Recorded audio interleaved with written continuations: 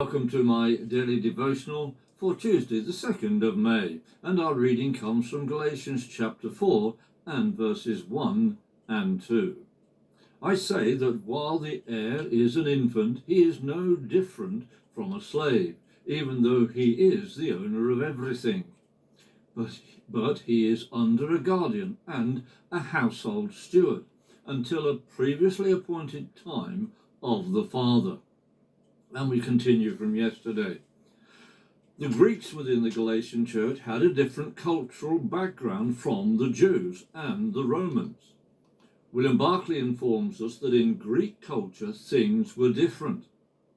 Boys were under the care of their fathers from the age of 7 until the age of 18. At this point, he was known as a cadet, an ephebos, and was under the direction of the state. There was a ceremony during which a boy was welcomed into the clan, and during this ceremony his long hair was cut off and offered to the gods. Girls were expected to marry around the ages of 13 to 14. During our life with Jesus, there may be numerous times when we have Jesus cut things off from our life. In John 15, Jesus tells us that we have to be pruned.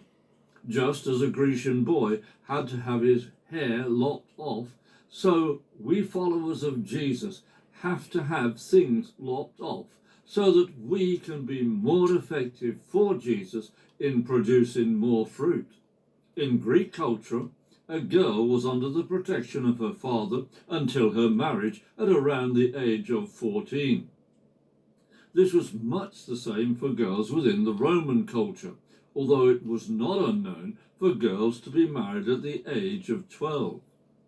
In the case of girls, they were under the guardianship of their fathers until married, not necessarily with their consent.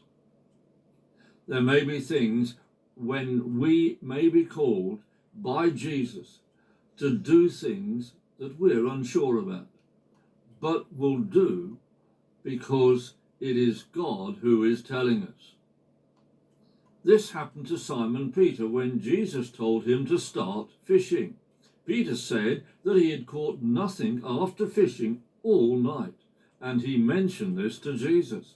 But then he said that because it was Jesus telling him to do so, he would do it. Let us follow his example.